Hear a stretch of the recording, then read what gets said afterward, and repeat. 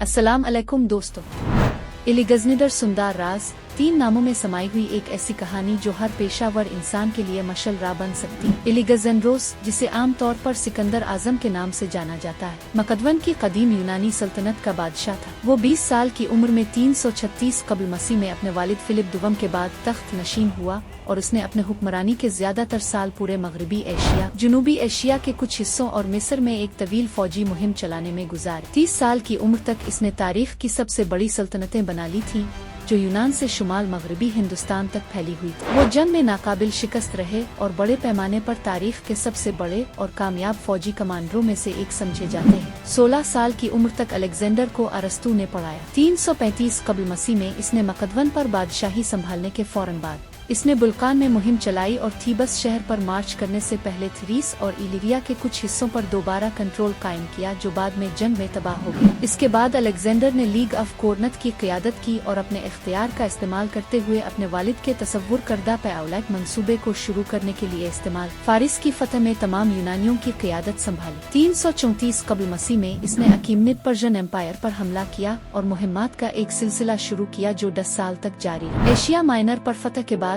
Alexander ने फैसला कुन लड़ाइयों के एक सिलसिले में अचीमिनीड फारिस की ताकत को तोड़ दिया, जिनमें असूस और गागामेला शामिल। इसके बाद इसने दारस 3 का तख्ता उलट दिया और अकीमनिड सल्तनत को मुकम्मल तौर पर फतह कर। फारिस के जवाल के बाद मकदूनियाई सल्तनत ने बुहेरा एड्रियाटिक और दरियाए सिंध के दरमियान एक वसीओ अरीज रकबा पर कब्जा कर सिकंदर ने दुनिया के सिरे और अजीम बैरूनी समंदर तक पहुंचने की कोशिश की और 326 कब्ल मसीह में हिंदुस्तान पर हमला किया, जिसने हाइडोस्पस की जंग में मौजूदा पंजाब के एक कदीम हिंदुस्तानी बादशाह पोरस पर एक अहम फतह हासिल। अपने घरेलू फौजियों की बगावत की वजह से वो बिलाखिर दरियाए ब्यास पर वापस चला गया और बाद में 323 कब्ल मसीह में मेसोपोटामिया के शहर बाबुल में इसकी मौत हो गई, जिसे इसने अपनी सल्तनत के दारुल हुकूमत के तौर पर कायम करने का मंसूबा बनाया था। सिकंदर की मौत ने मंसूबा बंद फौजी और तिजारती मुहिम्मात का एक इजाफी सिलसिला छोड़ दिया, जिसका आगाज अरब पर यूनानी हमले के साथ हुआ था। इसकी मौत के बाद के सालों में मकदूनिया की सल्तनत में खाना जंगियों का एक सिलसिला शुरू हो गया, जिसके नतीजे में डियाडवची के हाथों इसके टुकड़े टुकड़े हो गए। इसकी मौत के साथ हेलेनिस्टिक दौर के आगाज की निशानदेही करते हुए